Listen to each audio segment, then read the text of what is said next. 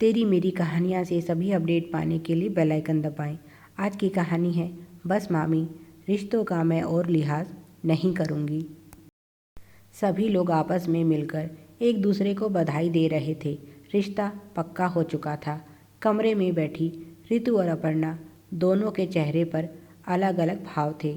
जहाँ रितु इस रिश्ते से बहुत खुश लग रही थी, वहीं अपर्णा बहुत दुखी।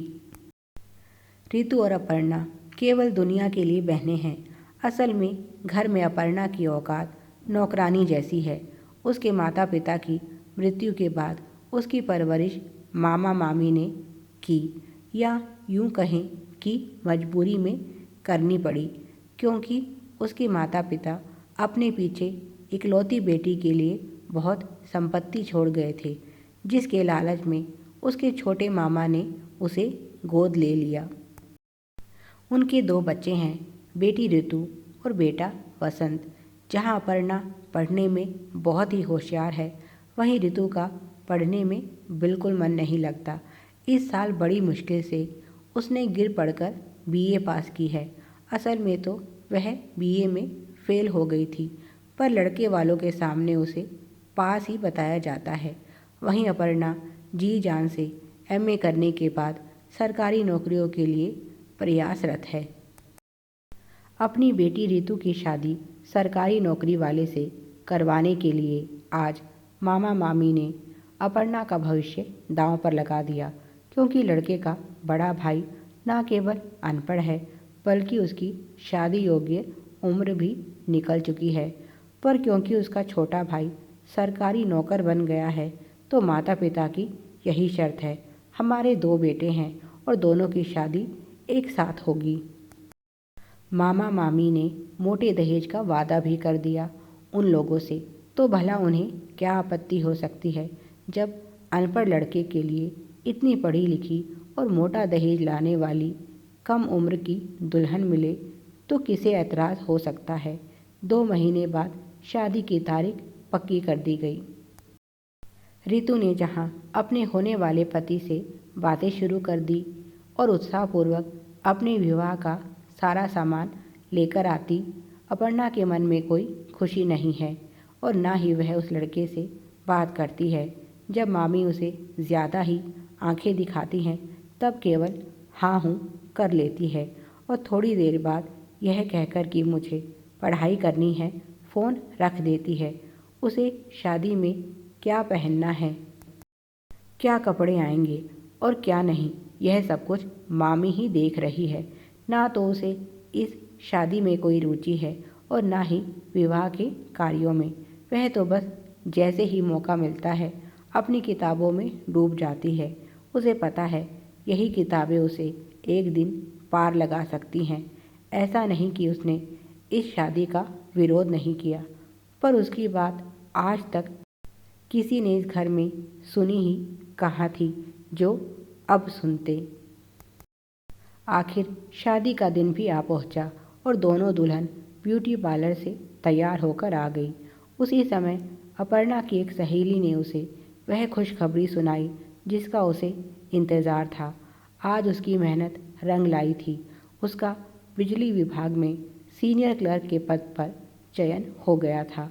खबर सुनते ही वह बेतहाशा रोने लगी, पर यह खुशी के आंसू थे। उसने तुरंत दुल्हन का लिबास उतार फेंका और अपना बैग उठाकर पैकिंग करने लगी। जल्दी ही बात मामी तक पहुंच गई। वे तुरंत कमरे में आई और बोली, अपर्णा तू पागल हो गई है, बारात दरवाजे तक आ चुकी है और तू यह सब क्या नाटक कर रही है। जल्दी से दुल्हन का जोड़ा पहन ले, नहीं तो मुझसे बुरा कोई नहीं होगा।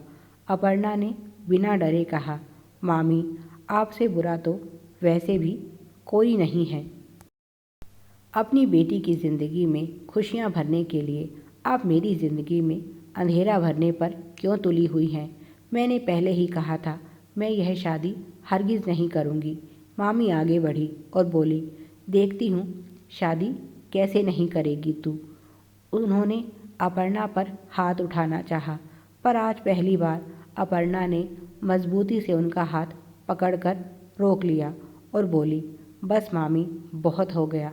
अब मैं रिश्तों का और लिहाज नहीं करूँगी। अपर्णा का यह रूप देखकर मामी ने तुरंत पासा पलट लिया और रोने का नाटक करने लगी। हाय हाय, तुझे पाल पोस कर इतना बड़ा इसी दिन के लिए किया था कि एक दिन तू हमारी नाक कटवा कर घर छोड़कर भाग जाए। अगर तुझे लड़का पसंद नहीं था तो पहले बता देती। इस तरह बिरादरी में हमारी इज्जत उतार कर तुझे क्या मिल जाएगा। उनका रोना धोना सुनकर और भी महिलाएं वहां आ गई। बात बड़े बुजुर्गों तक पहुंची और फिर बारात तक पहुंच गई कि दुल्हन शादी से इनकार कर रही है। मामा मामी की इज्जत की दुहाई देकर, छोटी बहन की ज़िंदगी का वास्ता देकर उसे मनाने के प्रयास शुरू हो गए, क्योंकि लड़के वालों ने साफ साफ बोल दिया, अगर शादी होगी तो दोनों लड़कों की, नहीं तो कोई शादी नहीं होगी। रितु ने भी ऐलान कर दिया, अगर आज मेरी शादी नहीं हुई तो मैं मर जाऊंगी और इसकी जिम्मेदार केवल तुम होगी दीदी। अपर्णा को शादी के लिए मनाने के लिए सभी तरह के हथकंडे अपनाए जाने लगे, पर आज अपर्णा किसी की बातों में नहीं आने वाली थी। यह उसकी ज़िंदगी का सबसे महत्वपूर्ण फैसला था। लोगों का क्या है, कुछ दिन बातें बनाकर रह जाएंगे, पर उसे तो शादी की कीमत पूरी ज़िंदगी अदा करनी होगी। क्यों वह एक अनपढ़ अधेड़ से शादी करे? क्या कमी है उसमें? केवल यही कि वह अनाथ है। मामा आगे बढ़े और अपनी पगड़ी उतार कर उसके पैरों में रख दी और बोले, बिटिया, मेरी इज्जत तेरे हाथ में है। अपर्णा बोली, मामा, याद कीजिए, मेरी मरी हुई माँ के शव से लिपटकर आपने उनसे क्या वादा किया था कि मैं तुम्हारी बेटी का जान से भी ज़्यादा ख्याल रखूँगा। यह ख्याल रखा आपने मेरा? सुना था मामा के अंदर तो 2 माँ होती हैं, पर आपको कभी मेरे आंसू नहीं दिखे। अपनी बेटी के सुखद भविष्य के लिए मेरे जीवन को दांव पर लगा दिया। वह बोली, अगर मामा मामी को अपनी इज्जत की इतनी ही परवाह है तो ठीक है, कर दें अपनी बेटी की शादी उस अधेड़ व्यक्ति से, क्योंकि मैं अब एक सरकारी अफसर हूँ। इसीलिए मैं शादी भी किसी ऐसे लड़के से करूँगी जो सरकारी नौकरी में हो। इससे मेरी शादी भी एक योग्य व्यक्ति से हो जाएगी और इनकी इज्जत भी रह जाएगी। वहाँ उपस्थित लोगों में कानाफूसी शुरू हो गई। कुछ लोग अपर्णा की बात का समर्थन करने लगे तो कुछ इसका विरोध। कुछ औरतें कह रही थी, वह व्यक्ति तो वैसे भी अपर्णा के योग्य नहीं था और अब तो यह सरकारी अफसर बन गई है, उससे शादी क्यों करेगी। कोई बोल रहा था, क्या यह रितु के साथ अन्याय नहीं होगा? उसने तो अपने होने वाले पति को लेकर मन में ना जाने क्या क्या सपने सजा लिए होंगे, उसके सपनों का क्या होगा। यह सुनकर मामा मामी सकते में आ गए। अपर्णा बोली, क्यों, क्या हुआ? अब कोई जवाब नहीं सूझ रहा आपको? बात जब अपनी बेटी पर आई तो ज़बान बंद हो गई। मेरी ज़िंदगी से खिलवाड़ करते समय तो आपने एक बार भी नहीं सोचा, क्योंकि मैं आपकी अपनी बेटी जो नहीं थी। अगर आज मेरे माता पिता जिंदा होते तो क्या वह मेरी शादी ऐसे व्यक्ति से करवाते? मामा मामी को कुछ कहते नहीं बन रहा था। जिस बेटी के लिए उन्होंने यह सब किया, उसके साथ ऐसा करने की तो वे सोच भी नहीं सकते थे। रितु भी अपर्णा की बात सुनकर रोने लगी। वह समझ गई थी कि अब उसकी शादी नहीं होगी। बड़ी असमंजस की स्थिति पैदा हो गई। अपर्णा बोली, शायद मेरे मामा मामी इस विषय में कोई भी फैसला करने में असमर्थ हैं, इसलिए आज्ञा चाहती हूँ। अपर्णा ने अपना बैग उठाया और माफ़ी मांगते हुए बोली, आप सबका अपमान करने का मेरा कोई इरादा नहीं, पर मैं यह शादी नहीं करूँगी। और इतना कहकर वह बैग उठाकर घर से बाहर चली गई। नई जिंदगी बाहर बाहें फैलाए उसका इंतज़ार कर रही थी।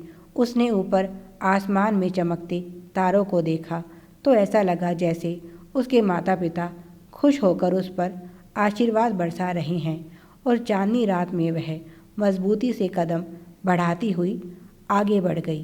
Please like share and subscribe. Thanks for watching.